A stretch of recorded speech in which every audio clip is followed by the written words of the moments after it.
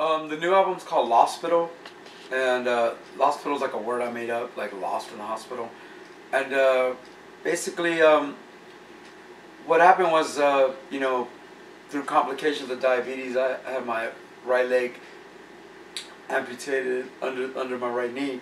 So I was in the hospital, and I was, you know, going through all that kind of like trauma, trying to get back to normal. And you know, the whole time I was like, oh, I need to make a record. You know, as soon as I'm able to, I'm gonna make a record.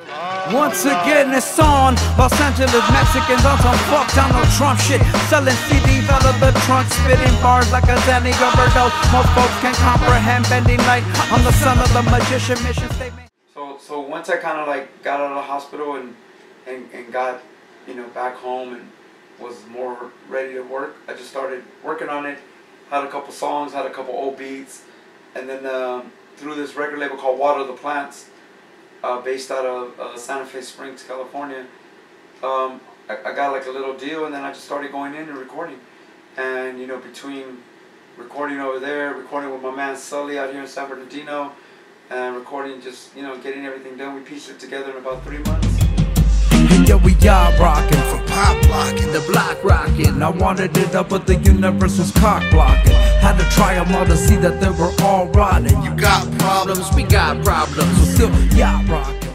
The record's about what all my records are about, which are, you know, trying to be positive, love, kind of fighting, you know, depression, speaking sometimes about dark topics or the politics of the day, or trying to find some positivity in a world that isn't, you know.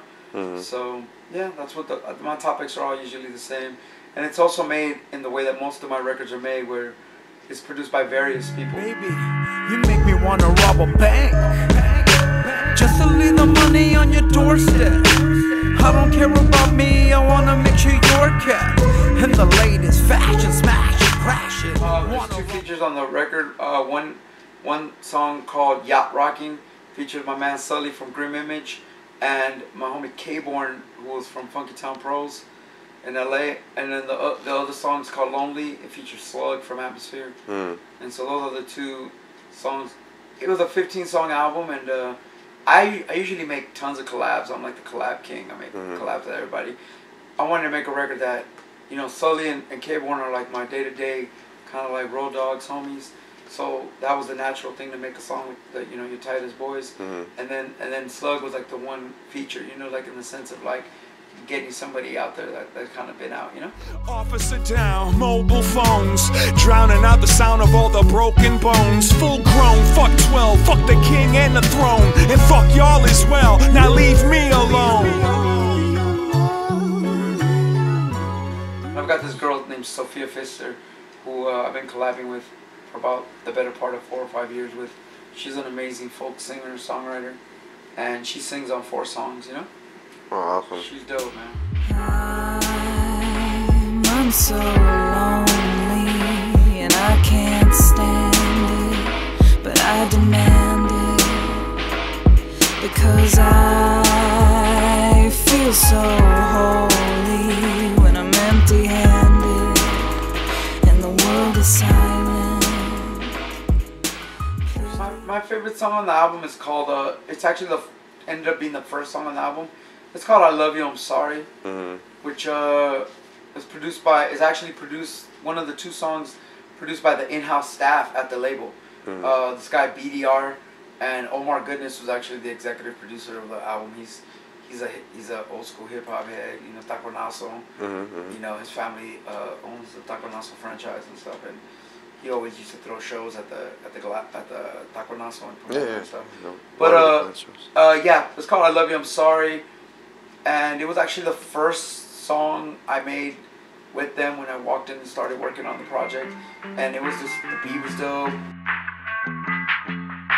I love you, no matter if you love me back, I'm all in, there's no going back. And yesterday was all an act. I know the things we say sometimes might cause us to start falling back. I'm calling back to love and all the heart that really wants you back. I love you, no matter if you love me back, I'm all in. Like a real, for the real heads, like on some just rapping shit, there's a song called Better, produced by my homie Ill Brother Chat, which is my kind of dedication to my dedication to the Project Blow Sound, or even the Freestyle Fellowship, you know what I'm saying, like Micah 9, you know what I mean, like that spitter shit, where like you actually write like the most difficult verse that you can for the year or whatever, you know. Right. So there's a song called Better on there that's like I really like, because I'm into like, I like bars, you know. Yeah, man. You know, I know you work with Percy P, like that's the kind of MC I want to be, like Percy P, or like, you know what I mean, like Pharoah Monch or AC Alone, you know.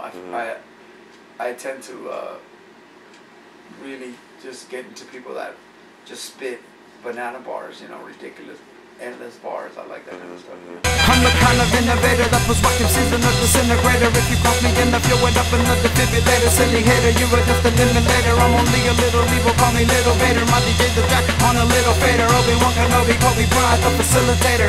Maybe get some dinner later, take her for some. Well, one more question I was gonna say. What are your plans after now? Like after this album, is there gonna be another album in the making? At this point right now, I want to work in the Hospital record, and then after that, the next priority is me and Sick Jackin from the Psycho Realm have been for about the better part of 2.5 years. It's mostly me been talking about us doing this project called Pyramid City, and we're basically on a go about it. Nice. And I think we're gonna work on it. Whew. We're gonna work on it on probably in the next couple of months, and we're hoping to release it somewhere around March of next year. All right. Well, thank you, Tumex, for Sure, your interview. Thank you, brother. I We look appreciate all forward your to- years of service, man. Like you one of those people out there that I know, because you know we've been out there for years, dedicating our lives and giving to the culture that we love so much. You know what I mean? Yeah. It's all about preservation.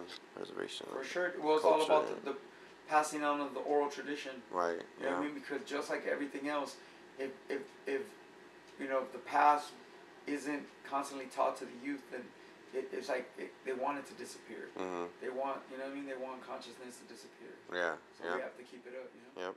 It's true.